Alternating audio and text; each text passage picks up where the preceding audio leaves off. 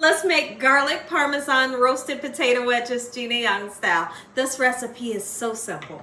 It tastes so good and it's so much fun to make and eat. Here's what you're going to need. You're going to need some potatoes. I have some Idaho roaster potatoes and I've washed them off. Wash your vegetables off. You're going to need some Parmesan cheese. Now, whether you're using the kind that's already shredded or you shred it yourself or you're using the kind that's in a shaker bottle, any of them's just fine. And I need some spices to make it come together and taste good. We got salt, parsley flakes, garlic and onion powder, paprika, black pepper, and I got some cooking oil. Make sure your hands are clean. Let's make delicious garlic parmesan roasted potato wedges Gina Young style. I am super excited for this recipe and you should be too. It's so simple to make and it tastes so good. You can make these hours ahead of time and then just serve it with your dinner later. It's so much fun. Okay, so here's what we're gonna do after you wash your potatoes off. We're gonna turn around and cut them into quarters, okay? Using a nice sharp knife, we're gonna go down just like so, okay? It's kind of like those steakhouse potatoes, right? Just like this. How lovely is that? If you wanna make them a bit smaller, you can, okay? Whatever floats your fancy. Just get them nice and sliced into wedges. There's nothing like a roasted potato or roasted vegetables. They taste so good. And all the nutrients are just baked in. Okay, look at that. So we have lovely potatoes. Okay, let's continue to cut the rest just like so. When I come back, we're going to talk about our seasonings. I hope y'all are having a great day today. And if you're not, hopefully I can brighten up your day with this here recipe. Do you love potato wedges like we do? They are so meaty. I really do. I feel like they are so meaty. They're so fluffy in the inside. We're going to really season them down. And this crust part here, it gets nice and crispy, just like a steakhouse baked potato. And so how we achieve that is by oiling the skin. Once you oil the skin and then you put it in the oven, it gets nice and crispy every time. You're going to love this recipe. Continue to cut down some more. If you want to make these smaller, because I do know these are quite big, you can. I just like mine's just like that. All right, and that's why 4 of them is plenty enough for our family. Right, but if you want to make more, just chop them down even further. My oven is preheating to 350 degrees. And we're going to be using this baking sheet to cook them off real good.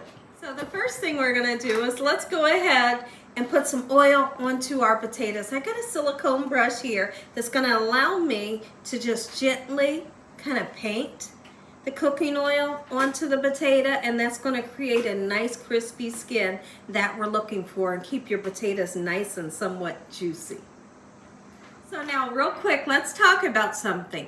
Although I have all these lovely seasonings here, I'm not going to put all those seasonings on right now. Let's wait until our potatoes are cooked at least 90% of the way before we put all of our seasonings on. Because if you put all your seasonings on right now, they'll burn in the oven. So we are going to put some salt and pepper on them. And the oil will help to adhere those lovely spices. I have my oven preheated to 375. I may have said 350 earlier, but never mind that. 375 is what you're going to need, and you see that I decided not to put them on one cookie sheet. Putting them on one cookie sheet, they will steam versus getting nice and oven roasted like we're wanting to. So a little bit of black pepper and the salt is all we're putting on right now. We'll come back and these are half the way cooked and put all the good seasonings on.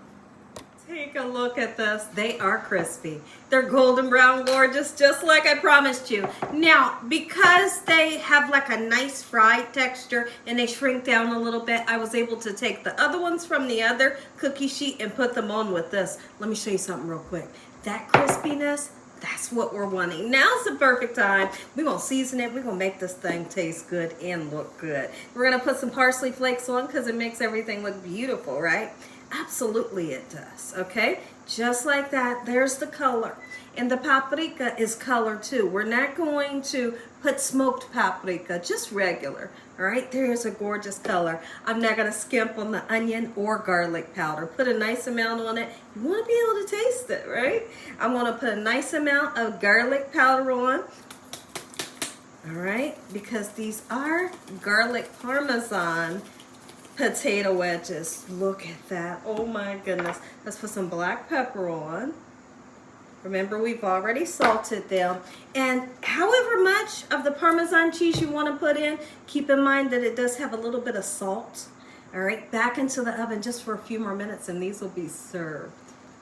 Take a look at these potatoes. This is what I want your potatoes to look like, and don't you dare take them out of the oven until they look like this. If you enjoyed this video, give me a thumbs up. If you ain't subscribed, make sure you subscribe. Tell your family and friends. Tell the world what Gina's doing in this kitchen on a daily basis. And Heavenly Father, once again, we thank you for your mercy. We thank you for this meal, your hedge of protection and your love.